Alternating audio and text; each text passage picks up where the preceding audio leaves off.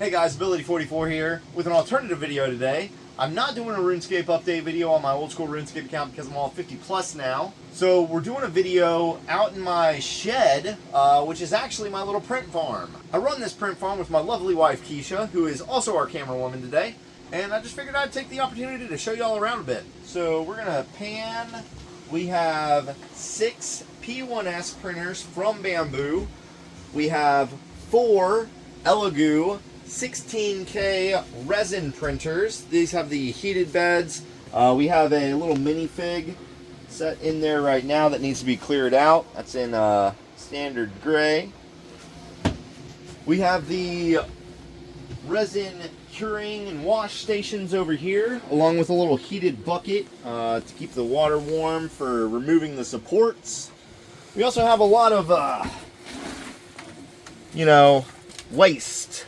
Plastic waste, which we'll actually be using to melt down and create silicone molds. So whether that be dice or little swords, that hold your dice, all sorts of dice stuff.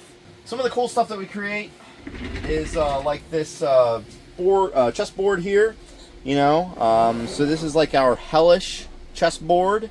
These are all the little pieces. This is the king. And of course every king needs a queen, so we got a few of those. Of course those are the black ones, the white ones are on the other side, but that would take me turning around the whole board, and who wants to waste time on that when I can just explain that I'm not going to turn around the board. So anyways, with any print farm you need a lot of filament, and we have a lot of filament. This is all of our PLA here. We have all sorts of different colors, different types. Just a large assortment of different filaments. We also need exhaust. We need dehumidifiers. So we have our dehumidifier over here, our little center unit here, which is an AC dehumidifier, and this guy over here. This is the big boy. This is the dehumidifier, air conditioner, heater combo. This thing does a little bit of everything. So obviously with all of these printers, with all of these machines, whatever, it takes a lot of power. It takes a lot of electricity. We got a little sub panel over here, and the wiring itself was actually ran and installed by yours truly. I put up all the lights, ran all the wiring, did the installation. So the installation, that was ridiculous. That was all of the R15 installation that you see around the walls here. I eventually want to drywall it, but haven't gotten around to that yet. And then we have the radiant installation up top here, which is actually working out pretty good. We also have this fan here, which I actually pushed to the top of the shed. That thing is heavier than it looks, but it's up there, cut the hole for it and everything, and it really vents the area quite well. The next thing that I want to do is separate the loft from the ground level completely, and that's going to be by adding like some pull down stairs right here, because I do realize that a lot of the cool air does rise up, it heats up and everything. So I want to separate the two levels in order to actually make sure that it feels nice in here when it needs to feel nice. When I'm working down here, this is mainly storage up top. So we do a lot of deals for the prints that we make and everything. We run a retail gift shop, which I'm actually not going to plug because this is more or less just me showing you around my little print farm here. We have a lot of business-to-business deals that we do. That's what really keeps the lights on here, so definitely appreciate you, everybody who's doing a little business-to-business deals with us. One of the cool business-to-business deals that I can show you is with the Shamrocks in the Shire necklaces that we just printed out. So these are really cool. I'm gonna get a check in on those. So these came out pretty dope.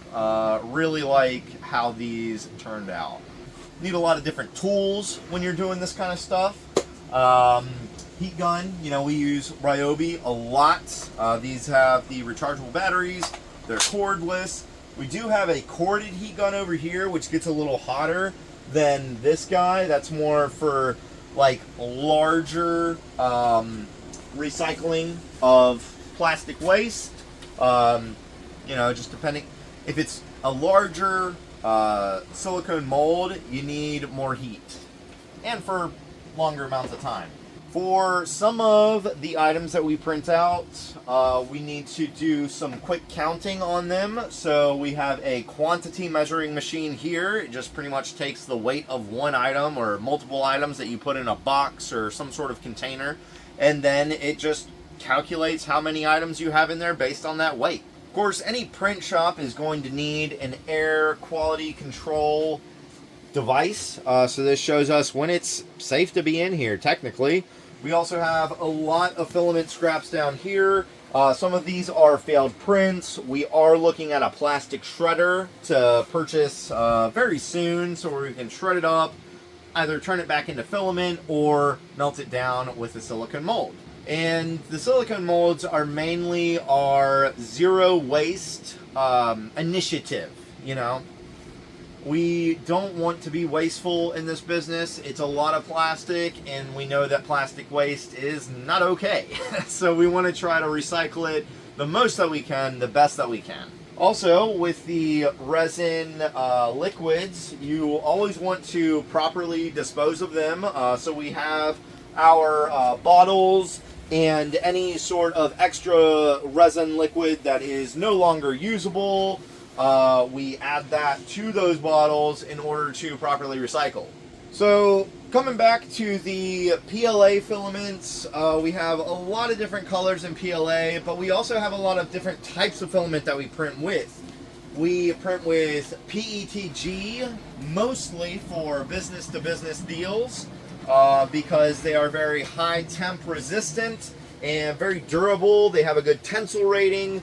So we have all of those down here under printers 2 and 3. We have a couple different colors, you know, green, blue. We have orange, red, you know, back there as well. But mainly what we're printing in is the white, the black, which is all filled up in the filaments, and we have a recycle coming in for those here soon. And the black PETG CF, that carbon fiber. Now we also have printed with PPA CF, which is a crazy hard filament. It's actually the hardest filament I've ever printed with.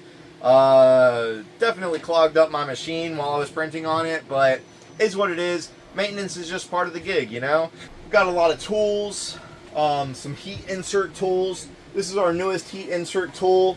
It has the little spring here, which is nice. We've got our other heat insert tool back here, which had the little rubber band guy on there, and that wasn't too great. A little soldering iron here. Nothing too crazy. A Dremel. These definitely come in handy. This one's a cordless Ryobi unit. So a little rotary tool there. All sorts of spools for the different filament that we use. We have some ventilation systems up top there, along with the blue cloths. The blue towels, the blue shop towels are great because they do not leave behind little fibers like microfiber cloths might. We also have a lot of setup here for Wyze cameras. We use Wyze cameras all the time. They're really great. We've got them all around the shed here, as well as looking at every single one of the prints that we are making for a secondary view to the already installed Bambu P1S camera. I'm not plugging Bambu or Elegoo or anything either, you know. These are just the printers that I've done research on that seemed like that's the printer you want to go with. We have our little mesh Wi-Fi unit over here. ASUS, great product, great manufacturer, hasn't really caused any issues. All of these are online, pretty far out from the house, so good news there. So along with the retail gift side of things, we also set up booths and go to certain events to sell just the stuff that we print out, the dice towers, the dice holders, you know, games, all sorts of cool stuff. I do eventually want to put a TV right up here. I've got the TV stand, I've got the TV, you know, but it just needs to go up there, and, you know, I'm getting around to it. I'm getting around to a couple things, but right now we're working on finalizing some of the prints that we got going on right now. But we do have our Xtool F1 down here. Really nice tool, and if you come over just a little bit further, you can see we have the conveyor belt system for it over here as well. That's really a nice unit if you wanted to do like bulk laser engraving. You can also, we have a rotary tool, so we can do tumblers, mugs, all sorts of stuff. And as I mentioned earlier, this isn't a plug. This is just me showing you around our little print farm. You know, fun little prints that'll eventually get over to my nieces and nephews. But right now, this is it. We've got a couple devices inside, so let's go show y'all what's going on in there. Let's check out some of the stuff that we actually just have laying around in the house. 3D printed stuff here.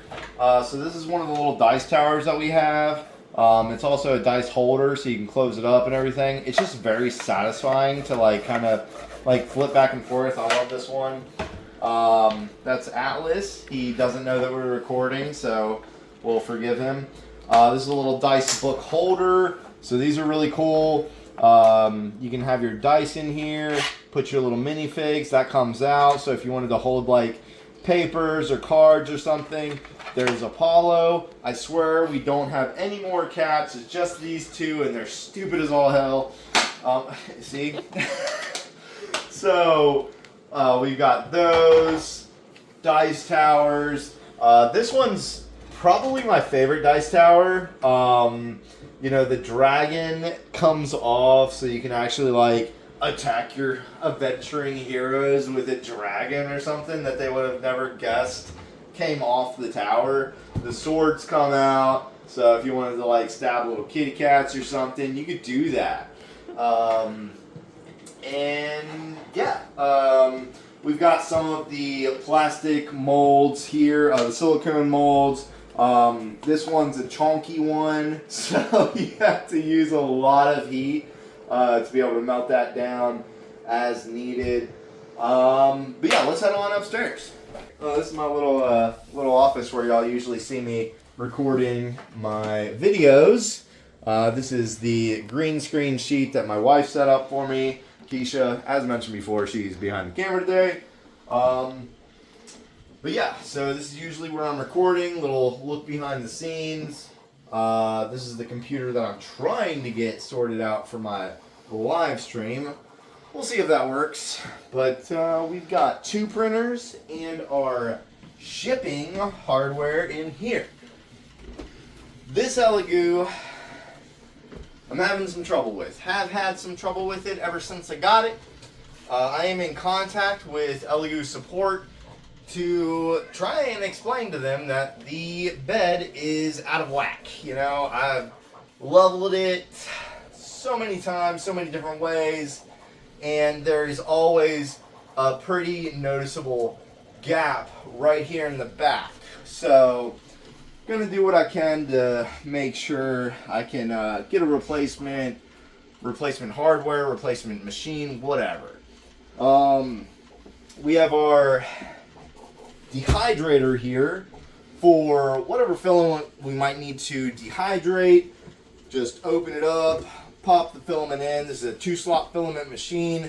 It also has areas where you can open them up in the top so our filament can flow through as it's dehydrating.